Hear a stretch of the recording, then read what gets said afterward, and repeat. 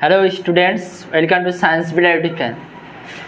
आज के पढ़ो क्लास 12 बायोलॉजी पार्ट नंबर 9 की पढ़ो ওজেনেসিস পড়ব, অর্থাৎ ডিম্বাণু তৈরির প্রক্রিয়াটা পড়ব। চলো শুরু করা যাক দেরি না করে। ওজেনেসিস ওজেনেসিস বাংলাতে ওজেনেসিস,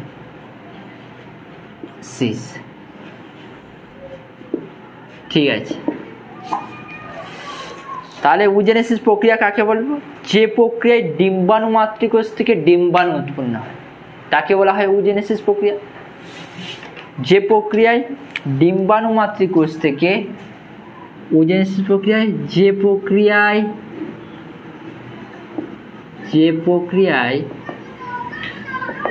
ডিম্বাণু মাতৃকোষ থেকে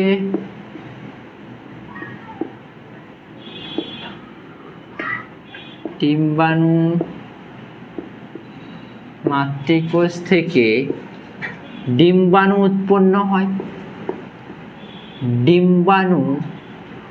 উৎপন্ন হয় তাদেরকে আমরা কি বলবো? সেই প্রক্রিয়াটাকে আমরা বলবো ওজেনেসিস। আচ্ছা, ওজেনেসিস সাধারণত তোমার দুটি মিয়োটিক বিভাজন অর্থাৎ দুটি মিয়োসিস বিভাজনের মধ্যে হয়।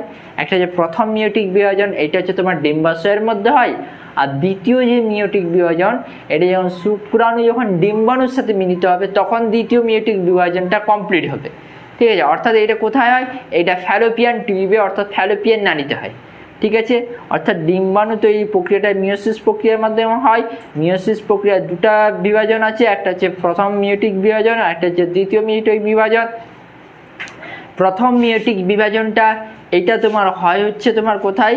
ডিম্বাশয়ের মধ্যে। আর দ্বিতীয় মিয়োটিক বিভাজন এটা হয় তোমার ফ্যালোপিয়ান টিউব বা ফ্যালোপিয়ান নালীর মধ্যে, ঠিক আছে। তাহলে কি দুটি মিয়োটিক বিভাজন দেখা যায়? দুটি মিয়োটিক বিভাজন দেখা যায়।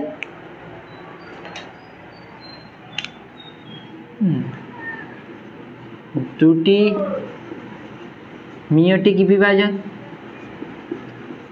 মিয়োটিক বিভাজন দেখা যায়, ঠিক আছে। প্রথম মিয়োটিক বিভাজন কোথায় হয়? প্রথম মিয়োটিক বিভাজন কোথায় হয়? ডিম্বাশয়ের মধ্যে। প্রথম মিয়োটিক বিভাজন কোথায় হয়? ডিম্বাশয়ের মধ্যে।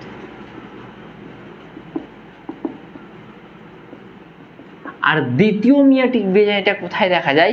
দ্বিতীয় মিয়োটিক বিভাজন ফ্যালোপিয়ান টিউব বা ফ্যালোপিয়ান নালীর মধ্যে দেখা যায়।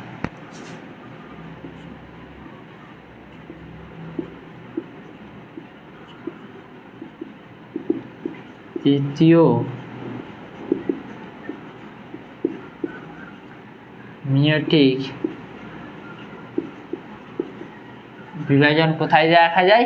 ফ্যালোপিয়ান টিউব বা ফ্যালোপিয়ান নালীর মধ্যে।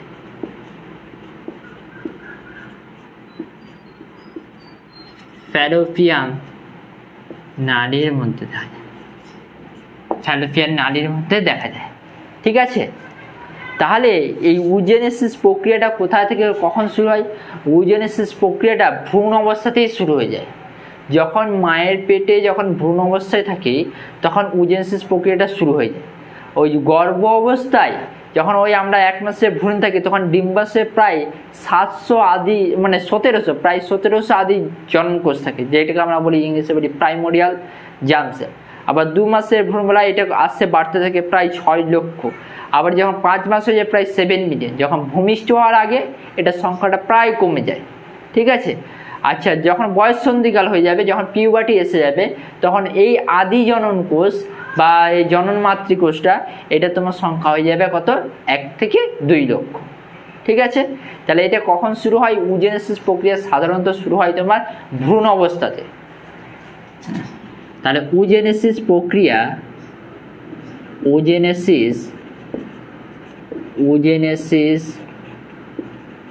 প্রক্রিয়াটি শুরু হয়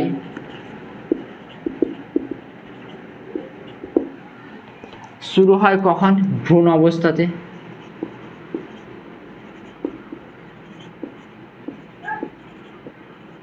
ভ্রূণ অবস্থায়, ঠিক আছে। ওজেনেসিস প্রক্রিয়াটি শুরু হয় কোথায়? ভ্রূণ অবস্থাতে। আর এছাড়া তোমার স্ত্রীলোকের মানে ভ্রূণ অবস্থায় শুরু হয় যখন তোমার বয়ঃসন্ধি চলে আসবে। ফিমেলসদের ক্ষেত্রে, যখন মহিলাদের ক্ষেত্রে যখন বয়ঃসন্ধি চলে আসবে, তখন এই মানে এখানে কি হয়, ভ্রূণ অবস্থায় ওজেনেসিস প্রক্রিয়া কখন? তোমার 1700 মানে প্রায় জননকোষ যখন আদি ভ্রূণ অবস্থায় থাকে, আদি জননকোষ যেটা বলছি, সেটা ক্রমশ বাড়তে থাকে। এবারটি যখন পিউবার্টি চলে আসবে, ভূমিষ্ঠ হওয়ার পরে যখন পিউবার্টি চলে আসবে প্রায় 12 থেকে 13 বছরে, তখন তোমার হয়ে যাবে 1 থেকে 2 লক্ষ, ঠিক আছে। একটা তোমার সাধারণত মানে ফিমেলসের, একটা মহিলার সাধারণত তোমার এইটা তোমার যৌন জীবনকালটা 32 ইয়ার্স থাকে। কত? যৌন জীবনকালটা, হ্যাঁ, 30, একটা প্রায় 32 থেকে 33, আমি 32ই ধরছি, 32 ইয়ার্স যৌন জীবনকালটা, ঠিক আছে। 32 ইয়ার্স, এইটা হচ্ছে তোমার যৌন জীবনকাল। তাহলে আচ্ছা, প্রত্যেক 28 দিন অন্তর মেনস্ট্রুয়াল সাইকেল চলে। প্রত্যেক 28 দিন অন্তর যখন মেনস্ট্রুয়াল সাইকেল চলে, তাহলে কি তাহলে তোমার 12 মাসে 1 বছরে কটা ডিম্বাণু নির্গত হবে? পর্যায়ক্রমে হবে 2টা।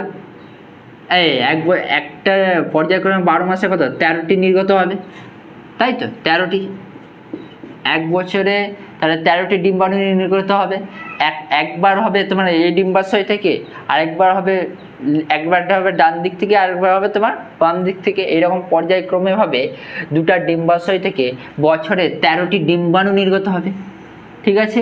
তাহলে একটা মহিলা যখন যৌন জীবনকাল 32 ইয়ার্স, তাহলে ওই মহিলাটি 32 × 13, তাহলে 13 দিয়ে 26-এর 6, হাতে থাকবে 2, 13 × 3 = 39, 2 41। তাহলে সারা জীবনে তার যৌন জীবনকাল মানে লাইফ টাইমে সে কটি ডিম্বাণু উৎপন্ন করবে? 416টি মোট টোটাল ডিম্বাণু উৎপন্ন করবে, তাই তো? হ্যাঁ, এইটা হচ্ছে তোমার একটা মহিলার সারা টোটাল কটি ডিম্বাণু উৎপন্ন করবে, এইটি, ঠিক আছে। আচ্ছা, এরপরে আমরা দেখব যে ওজেনেসিস প্রক্রিয়াটি যে আছে, ওজেনেসিস প্রক্রিয়াটি কটি দশাতে বিভক্ত। হ্যাঁ, যেমন আমাদের স্পারমাটোজেনেসিস বা দেখেছিলাম 3টি দশাতে বিভক্ত, ঠিক অনুরূপভাবেও ওজেনেসিস প্রক্রিয়াও তোমার 3টি দশাতে বিভক্ত। একটা হচ্ছে বিভাজন দশা, মাল্টিপ্লিকেশন ফেজ, আরেকটা হচ্ছে তোমার কি বৃদ্ধি দশা, গ্রোথ ফেজ, আরেকটা হচ্ছে কি পূর্ণতা প্রাপ্তি দশা, যেটাকে বলছি আমরা ম্যাচিউরেশন ফেজ। তাহলে কি দশা দেখতে পাবো আমরা?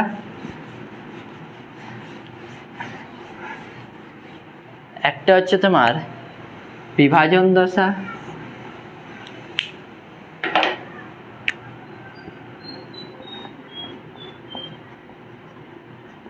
একটা হচ্ছে তোমার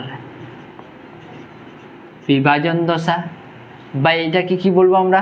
multiplication phase.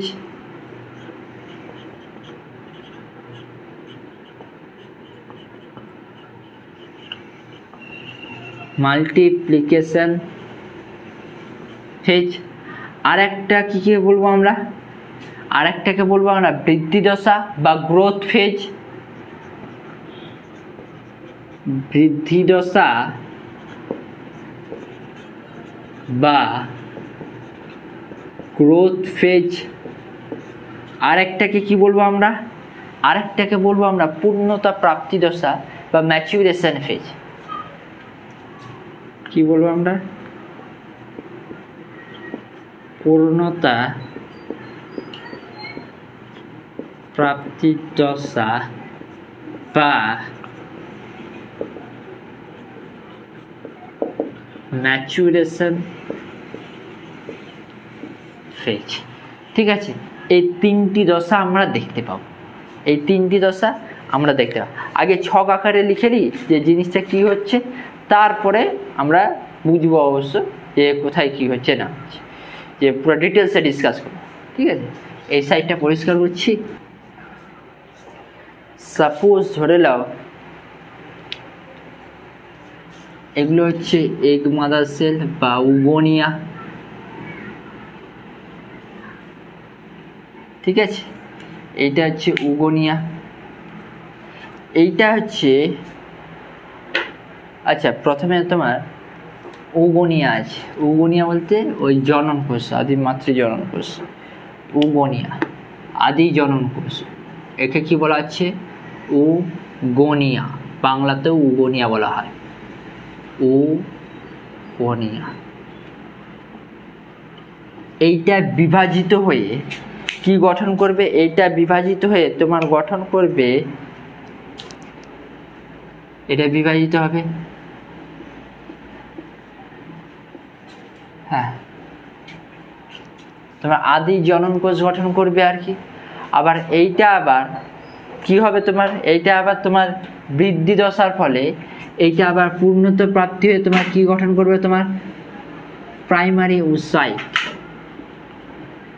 Primary oocyte, primary oocyte গঠন, প্রাইমারি ওসাইট। আবার এই প্রাইমারি ওসাইটটি মিয়োসিস প্রক্রিয়ার সাহায্যে বিভাজিত হবে, অর্থাৎ এরপরে তোমার কি বিভাজিত দশা দেখা যাবে। হ্যাঁ, প্রথমে বিভাজিত হবে, বিভাজিত হয়ে বিভাজিত হবে, হ্যাঁ এটা কি মিয়োসিস 1, ঠিক আছে। একটা গ্যামেট উৎপন্ন করবে, যেটা একটা সেকেন্ডারি ওসাইট গঠন করবে, সেকেন্ডারি ওসাইট।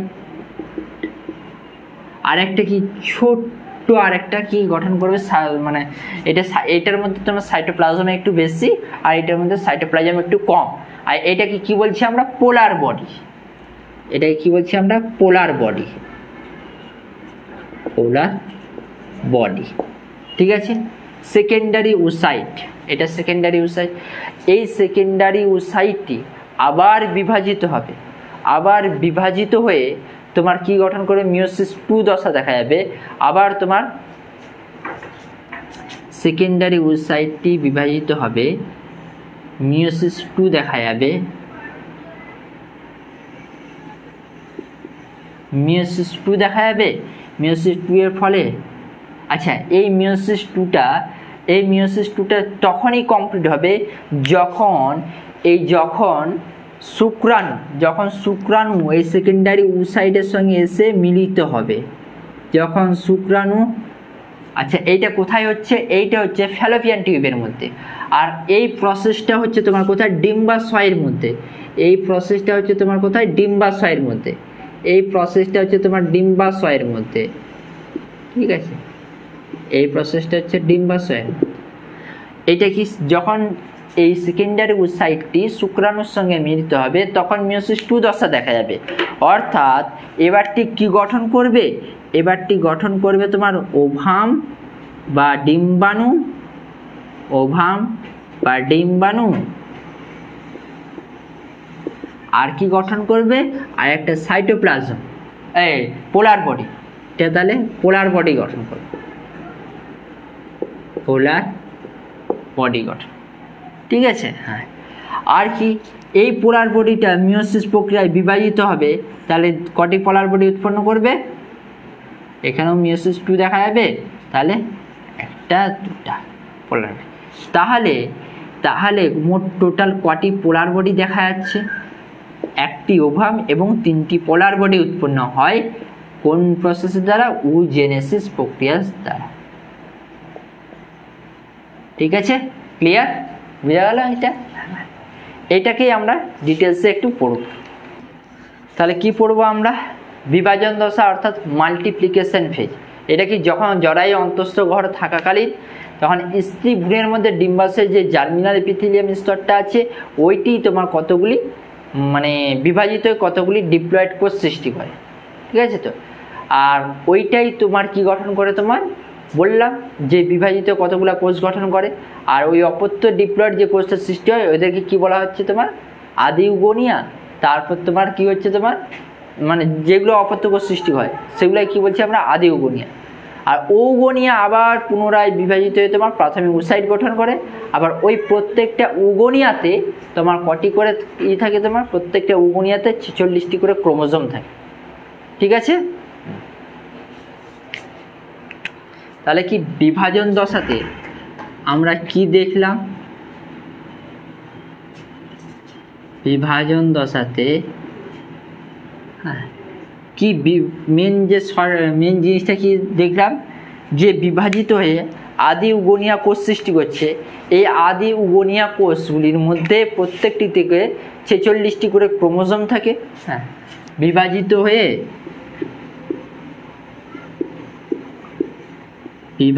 হয়ে আদি উগনিয়া কোষ সৃষ্টি হচ্ছে। আদি উগনিয়া কোষ সৃষ্টি হচ্ছে। আবার এই আদি উগনিয়া কোষ থেকে এই আদি উগনিয়ার মধ্যে কি দেখতে পাবো? এই আদি উগনিয়ার মধ্যে 46টি ক্রোমোজোম দেখতে পাবো। 46টি ক্রোমোজোম দেখতে পাবো। ঠিক আছে। আবার এর মধ্যে তোমার কি কি আছে?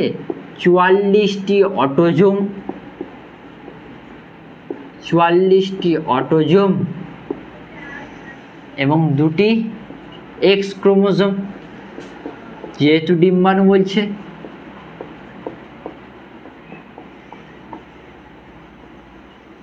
ঠিক আছে, 2টি এক্স ক্রোমোজোম দেখতে পাবো। এটা গেল আমাদের বিভাজন দশা। আবার এই উগনিয়াগুলি বিভাজিত হয়ে কি গঠন করছে? তোমার প্রাথমিক উসাইট অর্থাৎ প্রাইমারি উসাইট গঠন করছে। এবারটি দেখবো আমরা যে বিভাজিত দশার পর কি দেখবো আমরা? বৃদ্ধি দশা অর্থাৎ গ্রোথ ফেজ।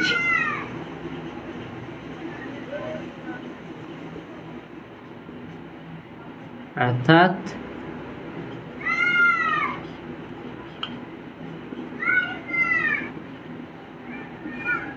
Growth phase.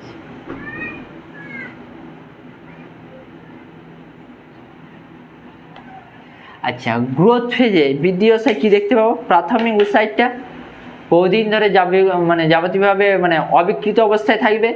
আর ওই বয়স সন্ধিকালে পিটুইটারি গ্রন্থি থেকে নিঃসৃত যে FSH হরমোন আছে, ওই হরমোনের প্রভাবে তোমার ওই প্রাথমিক উসাইটটি তোমার কি হবে? তোমার বৃদ্ধি দশা আরম্ভ হয়। আবার এইটা যখনই বৃদ্ধি দশা আরম্ভ হয় তখন পুষ্টি সংগ্রহ করে এটা কি হয়? বড় আকার ধারণ করে। ঠিক আছে। কোন কোষটা? তোমার প্রাথমিক উসাইটটি। FSH এর পরে বৃদ্ধি দশা চলতে থাকে। তাহলে কি ওই উগনিয়াটি বিভাজিত হয়ে তোমার কি গঠন করবে? উগনিয়াটি বিভাজিত হয়ে প্রাথমিক উসাইট গঠন করবে। প্রাথমিক উসাইট। আবার এই প্রাথমিক উসাইটটি FSH হরমোনের প্রভাবে প্রাথমিক উসাইটটি FSH হরমোনের প্রভাবে আকারে বৃদ্ধি পায়।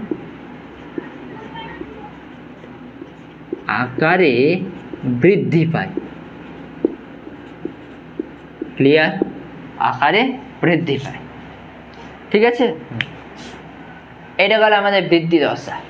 এরপরে আসবো যে পূর্ণতা প্রাপ্তি দশা। অর্থাৎ পূর্ণতা প্রাপ্তি দশা বলতে তোমার ম্যাচুরেশন ফেজ। এটা কি হয়? তোমার ওই প্রাথমিক উসাইটটি যেটা বললাম যে মিয়োসিস প্রক্রিয়ায় বিভাজিত হয়ে গৌণ উসাইট গঠন করে, সেইটা এবারটি কমপ্লিট হচ্ছে। ওইটাই হচ্ছে মোট দিয়ে তারপর কি তোমার একটা পরিণত অভাব গঠন করে। এইটাই হচ্ছে তোমার কি? Maturation phase. Phase of maturation.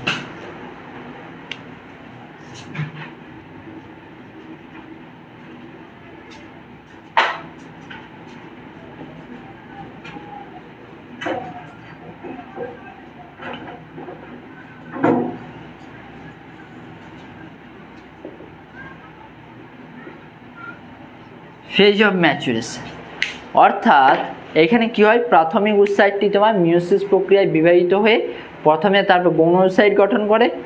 প্রাথমিক উসাইটটি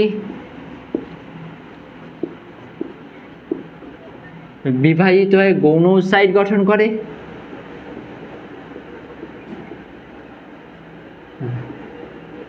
বিভাজিত হয়ে তোমার কি গঠন করে? গৌণ উসাইট। আবার এই গৌণ উসাইট থেকে তোমার কি হয়? ওভাম বা ডিম্বাণু তৈরি হয়। ঠিক আছে। এইখানে দেখা যাবে তোমার মিয়োসিস 1 আর এখানে দেখা যাবে মিয়োসিস 2। এইটা কখন হবে? এই মিওসিস টুটা যখন হবে মানে দ্বিতীয় মেটাফেজ দশা এটা তোমার স্তব্ধ হয়ে যাবে, মানে অ্যারেস্ট হয়ে যাবে। যখন শুক্রাণু যখন গৌণসাইটের সঙ্গে মিলিত হয়ে যাবে তখন ডিম্বাণুটা তখন তোমার কি হবে, তোমার আবার চালু হবে, দিয়ে তারপর তোমার ওভাম তৈরি করবে। ঠিক আছে, তো তাহলে কি হচ্ছে তোমার, তাহলে মিওসিস প্রক্রিয়া প্রথম বিভাজনটা হচ্ছে কি, মিওসিস প্রক্রিয়ায় যে প্রথম বিভাজন কি হ্রাস বিভাজন।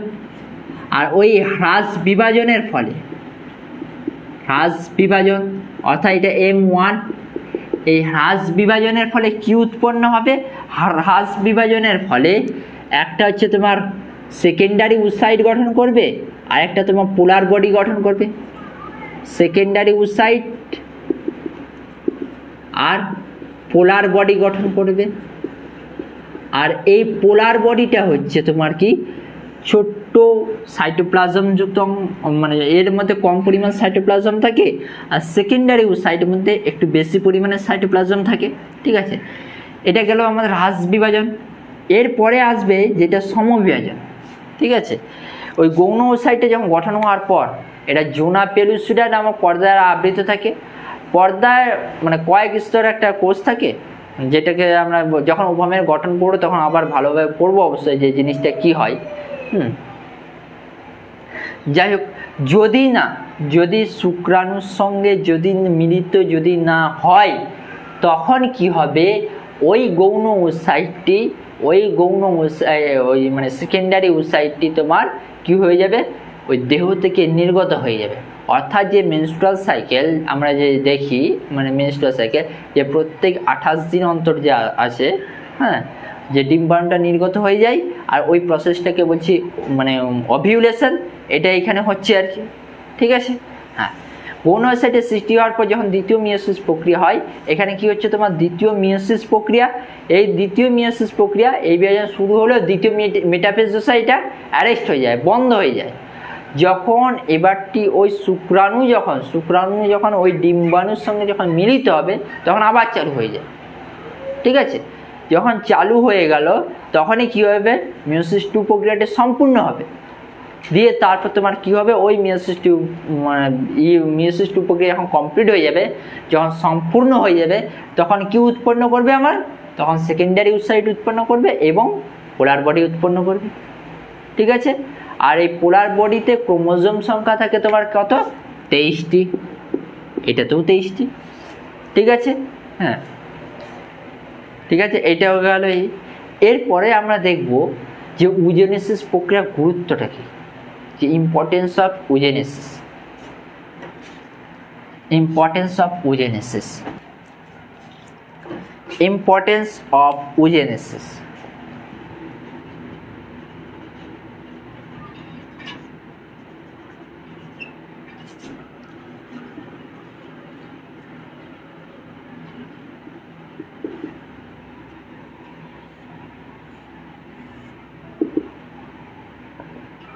আচ্ছা দেখো, ইম্পর্টেন্স অফ উজেনেসিস হচ্ছে একটা উগোনিয়াম থেকে কটি উৎপন্ন হয়, একটা উগোনিয়াম থেকে একটি মাত্র ওভাম উৎপন্ন হয় এবং 3টি পোলার বডি উৎপন্ন হয়। ছকের আকারে দেখালাম যে 3টি পোলার বডি উৎপন্ন।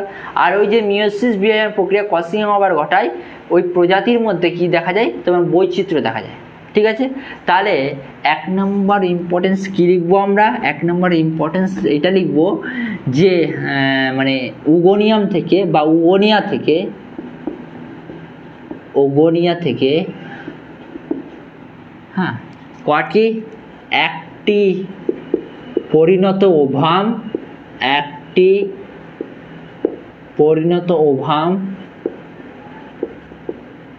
ওভাম বা ডিম্বাণু ও 3টি পোলার বডি উৎপন্ন হয়।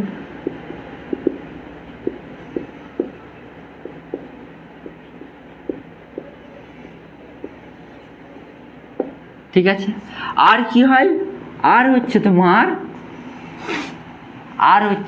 এটা হচ্ছে গেল আমার উগোনিয়া। আর হচ্ছে তোমার যে প্রজাতির মধ্যে ক্রসিং ওভার দেখা যাওয়ায়, অর্থাৎ কি ক্রসিং মানে ওই মিওসিস প্রক্রিয়ার মধ্যে ক্রসিং ওভার দেখা যাওয়া, এর ফলে প্রজাতির মধ্যে বৈচিত্র্যতা দেখা যাবে। ক্রসিং ওভার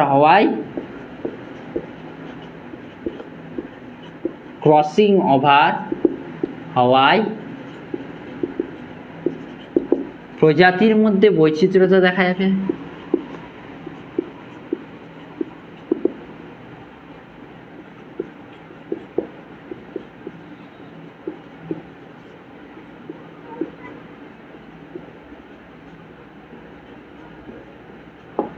ঠিক আছে, প্রজাতির মধ্যে বৈচিত্র্যতা দেখা যাবে। এইটা গেল ইম্পর্টেন্স অফ ইউজেনিস। তাহলে এখান থেকে কি কোশ্চেন থাকবে? এখান থেকে কোশ্চেন থাকবে যে ইউজেনেসিস প্রক্রিয়াটি সংক্ষিপ্ত আকারে বর্ণনা করো। ঠিক আছে, 5 নম্বরে এটাও দিতে পারে এবং বা 3 নম্বরেও দিতে পারে, এবং ইউজেনেসিস প্রক্রিয়ার তাৎপর্য লেখা। 3+2 এরকমভাবেও থাকতে পারে। ওই যে ছকটা আঁকলাম ওই ছকটা এঁকে দিবে, দিয়ে তারপর এই যে 3টি দশা আছে 3টি দশার সংক্ষিপ্ত আকারে বর্ণনা করে দেবে। বুঝে গেল? কোনটা কি, অর্থাৎ যে তোমার এতে কোন কোন দশাতে কি হচ্ছে না হচ্ছে সেগুলো লিখে দেবে। তাহলে আমার চ্যাপ্টারটা তাহলে আমি ফুল পেয়ে যাব। ঠিক আছে, আজকে এতটাই। দেখা হবে নেক্সট ভিডিওতে। হ্যাঁ, আর যারা তোমরা প্রিপারেশন নিচ্ছ বা নিটের জন্য প্রিপারেশন নিচ্ছ অবশ্য, তারা নিট আমাদের এই চ্যানেলের মধ্যে নিটের অনেকগুলি ভিডিও আপলোড হয়েছে অবশ্য। হ্যাঁ, আবারও হবে। হ্যাঁ, ওই ভিডিওগুলো দেখতে থাকো, তাহলে খুবই হেল্পফুল হবে। ঠিক আছে, থাক আজকে এতটাই। Thank you, have a nice day.